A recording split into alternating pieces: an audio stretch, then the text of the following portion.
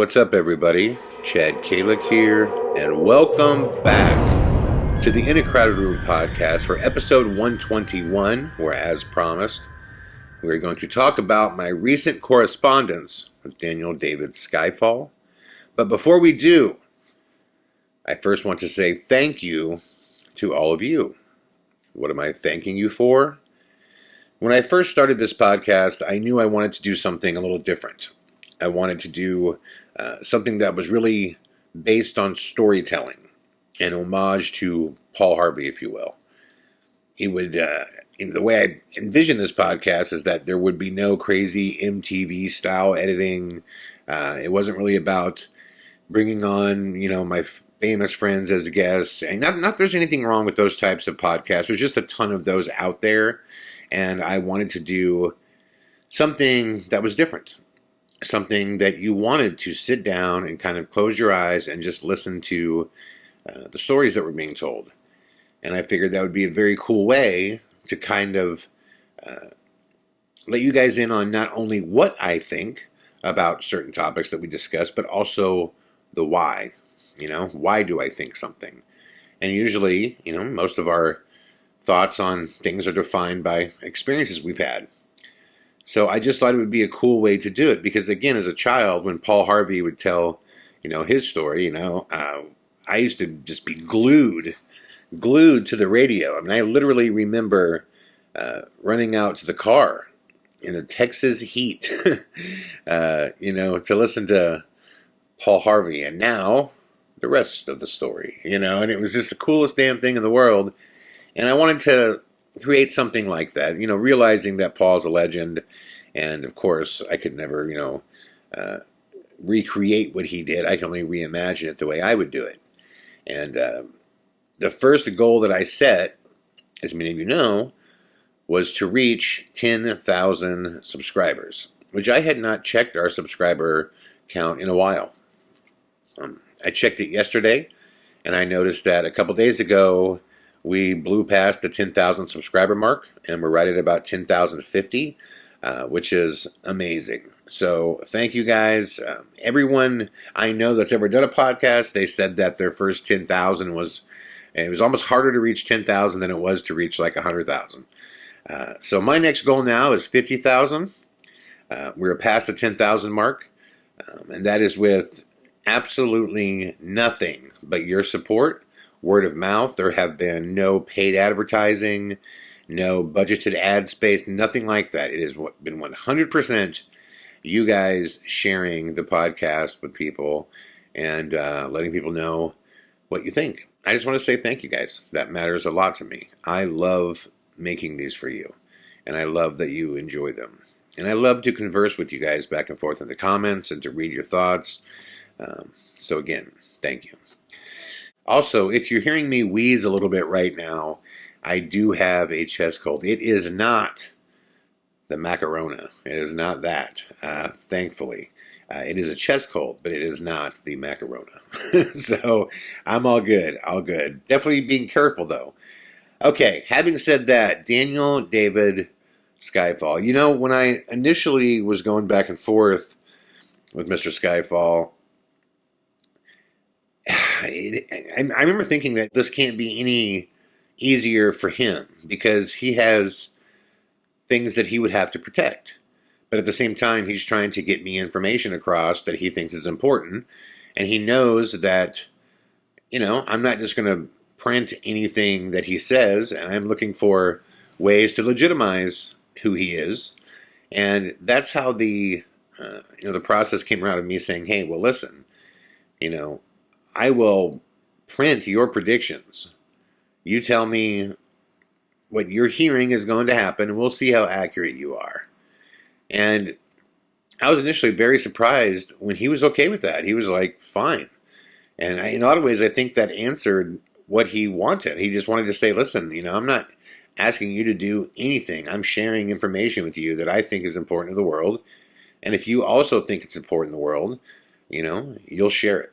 And that was, what he said his reason for initially contacting me is that he simply felt as though I was a good communicator and that people believed me and they trusted me. And if I had information, that I would be a source that people would say, okay, if Chad is onto this, he's telling us the truth, we should look into this. I'm not the only person that Skyfall contacts. He's told me that. There's many people that he disseminates his information to, which I started realizing that when I would see similar things on different websites pop up that I knew had to have come from him. So when he first started giving me all of his predictions, I thought to myself, you know what? If half of these are right, if half of these predictions that he's making are right, then I would consider that a high number. I mean, think how hard it is in your life, in your daily life, to predict what you're going to do next week versus like 2 years from now, right? I mean, I can barely tell you what I'm going to do tomorrow, and that's just the truth. I mean, things change rapidly in my life. No matter, what my best laid plans are, things just change quickly. So when Skyfall first started saying things like, the major media outlets are going to start reporting on a new military process to report UFO sightings. And then 3 months later, that's the top story. When he was saying in the next 6 weeks, you're going to see a barrage of UFO stories. And then that's exactly what happens.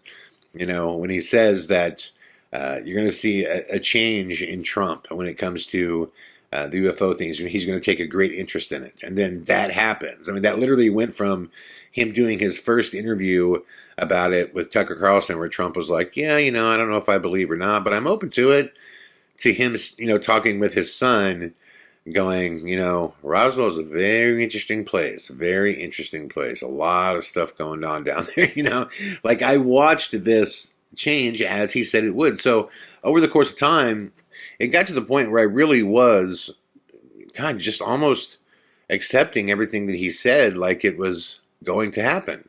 And I didn't realize that. I had kind of taken that much stock in his his predictions until Trump did not win. And that was just so surprising to me, because every other thing in relation to the Space Force, the UFO narrative, it was all continuing to play out right before our eyes. The UFO sightings were at an all-time high around the world. The Space Force became something that Trump was very, very proud of. And I always thought that was really unique, because we've seen nothing of it besides them saying there's a Space Force and them doing this, public kind of, look, here's a Space Force flag. And we've not seen anything that is in relation to the Space Force. We've not seen a Space Force craft. We've not seen anything that we can kind of, wrap our mind around. And I think there's a reason for that, which we'll talk about later. But Trump kept citing this and bringing this up, saying we created the Space Force, when he would go down his list of things that he felt he did. And I'm not saying he didn't. I'm saying that if there was advances in the Space Force, we never saw them. The public never saw them. But Trump wanted to tout them, and you could tell he wanted to talk about what the Space Force was in detail. And he kept calling it a warring domain, and we're not. He kept saying we lead by a little, but pretty soon we're going to be number one.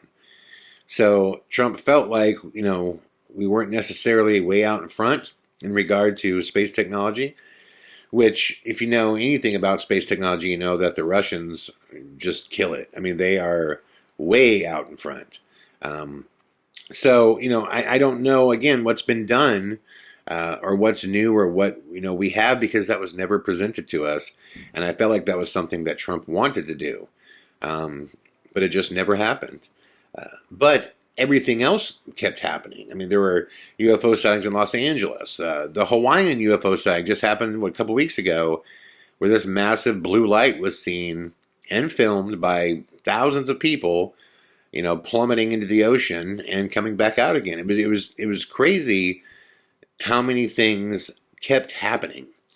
And what Skyfall had predicted, is that Trump would win a second term, and during that second term, he said Trump will announce that UFOs and aliens, extraterrestrials, are real, and that they're working with the government, and that we have been for some time, that type of thing.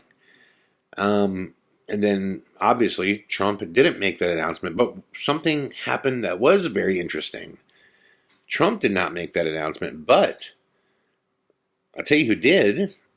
Chaim Eshed. He's the former head of the Israeli Defense Ministry's Space Directorate.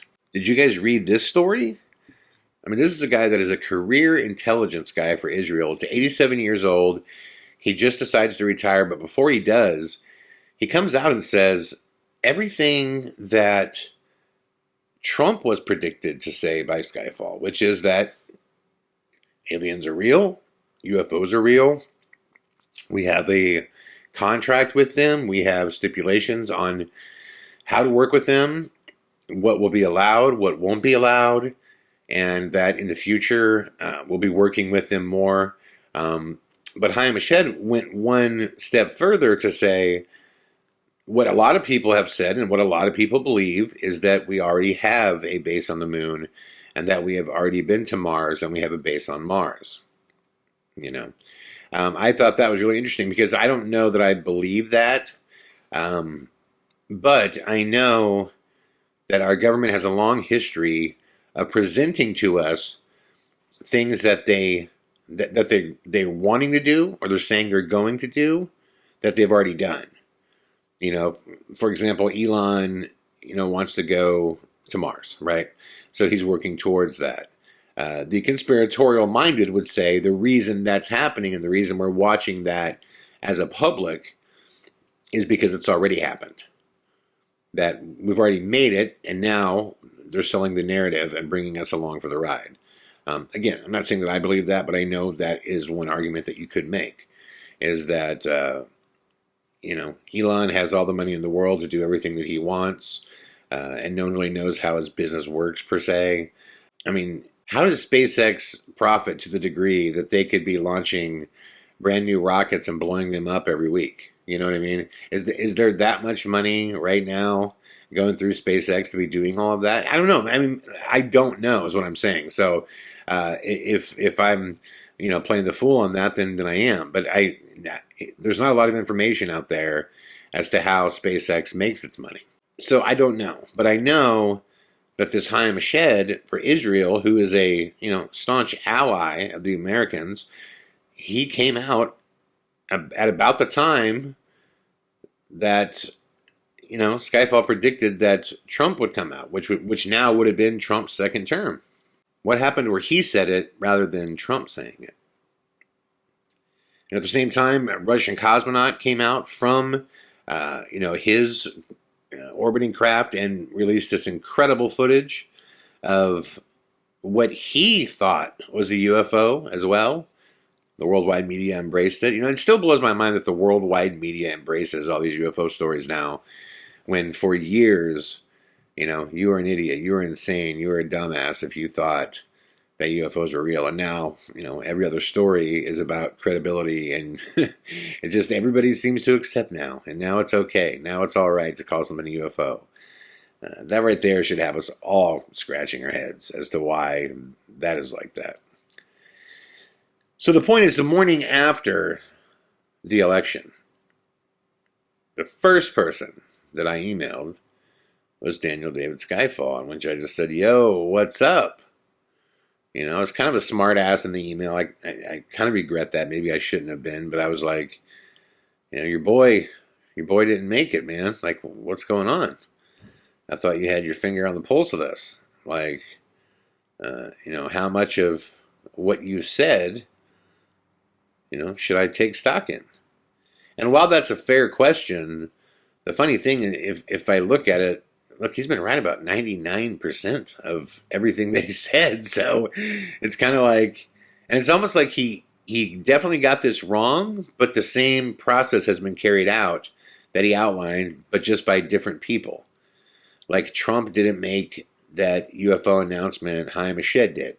Almost like it was kicked over to somebody else to do, right, to make that announcement. Like, it's almost like there's a plan to roll this out, and nothing's going to stop that plan. The personnel may change, but that plan is moving forward. That's what it felt like to me. But I didn't want to say that to Skyfall. I just wanted to say, what's going on, man? You gave me this prediction, and I shared it with the world, and I made sure it's your prediction, so that's fine. But it didn't come to fruition like you said it would. So explain to me what's happening. And I didn't hear from him for a long time, which initially made me nervous as well. Where I was like, well, what was this? Was this all BS, or like, was it not? And it made me nervous, but in my gut, I do believe that Skyfall is connected to some agency. He's just been too accurate about too many things. But I still wanted to know what he thought about all of this. And then finally, he did respond. In the same way that he always does, he sends an email that I can open up and read. And as long as I keep the email open, it'll stay there. The second I shut the email, it folds back into the queue. And then if I click on it again, it just disappears. There's nothing. Which that alone blows my mind, because I don't know any software that does that. And maybe there is, and maybe if you guys know what software it is, share it with me, but I don't know. And I've researched it. I've looked everywhere. I can't find any software that you can purchase publicly that can do that. So, but when I finally got his response, he first reminded me that he does not work for the agency that he worked for before, and that he gets most of his information through loyalists and friends. He said that he had heard grumblings on the inside that Trump was not, quote, playing ball, because he was unhappy with the fact that once this whole thing, planet Earth, I'm referring to, became a one world order, that there would be a number of leaders that were basically, how can I explain this? There's like a 2-page answer to this, so I'm trying to sum this up the best. That there would be different areas of planet Earth that have basically leaders of that area, and they would all report to the one singular prime minister of Earth, if you will. And that Trump would be essentially the president, or overseeing America, Canada, Mexico. It wouldn't even include South America. And initially, I guess Trump kind of played ball with this. And as things grew, Trump decided that he should be the one that should be running everything. That's the easiest way that I could put all this, as far as Skyfall's explanation. So essentially, Trump came in, got the plan, was down with the plan, and as time went on, became disenchanted with the idea that when it was all said and done, that basically he would be reporting to Putin, directly reporting to him, under him, and that it would be his job to essentially be the president of America, Mexico, and Canada combined in one entity. This stuff is, look, it's hard to wrap your mind around. At least for me, it was hard to wrap my mind around this, because these things haven't happened. Like, it hasn't come to fruition yet. Although, look, man, historically speaking, this stuff has happened throughout, as long as history has existed. Lines that define countries have been ever-changing. And in order to have a new world order, that makes sense that you would have different, 5 or 6 different people that were the presidents, or were presiding over these 5 or 6 different areas that reported to a single person that represented Earth to a galactic council. And that's what they're saying is going on. Now, this stuff starts to sound really Star Wars, right? And it's so weird for me, because one side of me just wants to go, this is insane sci-fi BS. And then the other part of me goes, well, is it though? I mean, there's space for this. This guy from Israel just comes out and says, no, this is exactly what's going on. Why would he say that? Why would Chaim Eshed come out and say all those things at 87 years old? Why would he say that? That this guy has no history of any kind of crazy banter whatsoever. When it comes down to Israeli intelligence, it's amongst the best in the world, if not the most revered. And he comes out and says, listen, aliens are here. We've been working with them. They have representatives that work with the government. The world hasn't been told this because they can't handle it. They're not ready yet. And this is all on record. And maybe that's what they're talking about when they say the world can't handle it, when guys like me have a hard time wrapping my mind around it.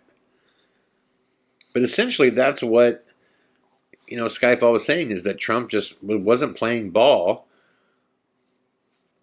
And he also said he was threatening to release a ton of UFO information on his own, going completely rogue, taking over the airways, and just dropping all that information all at once, which really had people shooken up. Skyfall also pointed out that this is information that he's getting from people that are that he believes to be in the know, but it is not coming first generation to him. He's not in the meetings, right? So he's going through people that he believes to be loyalists. And, he basically said the same thing to me. He said, 2 years ago, I gave you a bunch of predictions. And, only this changed. Nothing changed about the plan, which is exactly what I said earlier. As far as rolling it out, everything has continued on. We continue to hear about the Space Force. We continue to see more and more, UFO sightings that are coming forward. We had another very respected official, and I am in Israel, stepping forward. I mean, this guy, like I said, Israeli intelligence, stepping forward to outline all of these things and to confirm the existence of extraterrestrials and the UFO presence. I mean, literally, every single thing about the UFO narrative has continued to happen. The only thing that really changed is the delivery mechanism, right? Trump's not going to be a second-term president. But nothing else has changed, which also makes me feel like that there is a larger power, that there is a conglomerate, some kind of group that, is obviously more powerful than the president, which I think we all kind of know that, right? That if the president was all powerful, he wouldn't be fighting in Congress every week to get stuff done. You know what I mean? It's like there's immediate known bodies that have just as much power as him. And obviously there's unknown organizations that have more power. And this has been well testified by countless people who have worked in the military and worked on the political side, of the United States of America. So we know that this exists. But what's really interesting is the very, very end of his letter, he also said that it's going to be a very interesting 6 months, in which he pointed out something that I didn't initially know, which is that the last relief package, and I had to go look this up once he said this, because I was like, what? Why haven't I heard about this? He said the last relief package that was signed included an order for the UFO task force, which is basically it's always existed. It's just changed its name into different forms. But it's basically the UFO research side of the government. And the last relief package, they were basically ordered to come forward and tell Congress what is going on with the UFO narrative within 180 days, 6 months. They gave them 6 months to come forward and give a public presentation on what is going on, in which Skyfall says this is very real, that within the next 6 months we are going to get hit with some shocking stuff, and that they are going to start rolling this out hard and heavy. So it's almost like it doesn't even matter that Trump isn't the one delivering the message. The message is getting out, and the protocol is moving forward. And you guys tell me if this feels right when I say this. If that's true and Trump decided that he wanted to be the leader of the world, my question to you is, does that seem Trumpish? It kind of does to me. I could see Trump wanting to run it all. Sure, when has Trump ever wanted to play second fiddle?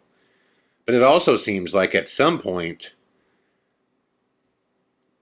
once it was decided that he's not the right guy, the support, protection, and power he had moved away from him. And it kind of left him on an island. If that's true and that happened, I think that's probably why we all watched as Trump cut ties and went against everybody in his circle. I mean, he was going against Mike Pence, guys. I mean, he was calling for Mike Pence. I mean, it was just burnt earth policy, man. Trump was lighting everyone up. You know? So did that happen because he was going along with everything and then he decided, no, listen, I don't want to be second fiddle to anybody. I'm the most important player in this game. You want me to come forward and release all the UFO information and release the extraterrestrial admission. And then when this is all restructured and done and the planet has, had its dividing lines moved and reestablished, you now want me to play second fiddle to Putin. I'm not doing it. So then the, powers that be, what Skyfall calls the energy elite and the industrial military complex, they decide, you know what, Trump is not the right guy for this. We thought he was. He's not controllable. We're moving away. We're cutting ties. And then Trump's out of there. Now, my question to all of you, does this seem like a plausible scenario? What Skyfall is saying, and I want to be very, very clear. I don't know any of this. This is what Skyfall is saying. I would not be in the know to know this. I don't know anybody outside of Skyfall who claims to know this. But doesn't that all make sense? That's what's been eternally frustrating about him, is that the amount of sense that he makes is crazy. And he's been so accurate about so many things that should I be looking at the fact that Trump didn't win his second term, yet the same message was carried out by the head of Israel's space dictatorate, a career Israeli intelligence officer, delivered the same message that it was said that Trump was going to deliver. And Israel is a huge ally of ours. And we continue to hear about Space Force. Now, a recent theory that I heard that is not connected to Skyfall was that a lot of this stuff was going to come out soon, as far as technology goes, because Russia and China, have the back engineered technology as well, and they are ready to roll it out. And this stuff is supposed to be so advanced that there's no way that the public wouldn't realize that this came from somewhere else. I've heard this and read about this rumor that China and Russia are ready to come forward, and we've been trying to get them to not step forward with this new technology, and a lot of it's flight-based, and they're done. They're not waiting anymore. They're going to be unveiling it, and supposedly, we want to control the narrative of how that all happens. That's another argument that I've simply read about. And there's parts of that would make sense to me, because I just don't believe that we as a country are so far more advanced than China, when it comes to technology. Or Russia, who dominates the space, sector. But I do see America wanting to control the narrative. We'll have to see. But really quickly, back to Skyfall telling me about this 180 days. That is true. I went and looked that up. You guys could look it up as well. Google it. There has been a few news stories about it too. During the relief package, which is so odd that it was stuck there. In the relief package, there were also some military items, some spending items that were greenlit as well. And one of those items was that the UFO task force must give Congress and the public a presentation, if you will, on all the evidence that they have, that they've captured, where we're at. Like, this is all supposed to be coming out. In which Skyfall now says, pay attention to that. It's going to be very real, and that we're going to be floored. But in closing, he also adds that this is all narrative. This is all them painting the picture they want us to believe. don't kid yourself. There's going to be a fake alien invasion. He believes in that. And I don't know that I can get there, That's what I say to you guys all the time. And Skyfall and I differ on a lot of things. And, part of me says, man, that makes a lot of sense that a government would try to do that. But there is a huge part of me that just says, that's so far out there. Like, how is that possible? But it also comes back, for me, it comes back to what it all started with. Craig filmed something on that island. Sir No-Face is not a human being. And if it's not a ghost of some kind, it's something. And it does look like a gray. It's the right size of a gray. There was no child left out there. It didn't move right. It made no sound. And it was in the darkness for over 5 hours. Something real was filmed there. Something that defies, explanation. Something that I go, wow. That's real. So if that can be real, the rest of this stuff almost seems easily plausible. And with that, you guys probably see why this case has just taken its toll on me, man. To answer all the questions, yes, we are continuing to investigate. If you guys have seen Phantom Rider, you know that Skyfall has agreed to meet with me, but he wants me to come to Townsville, which that is such a long journey. And the only way I would do that is if he agrees to be on film with me. He has to sit right next to me and discuss this stuff. He has to come forward. It's just too much to ask me to go that far to Townsville,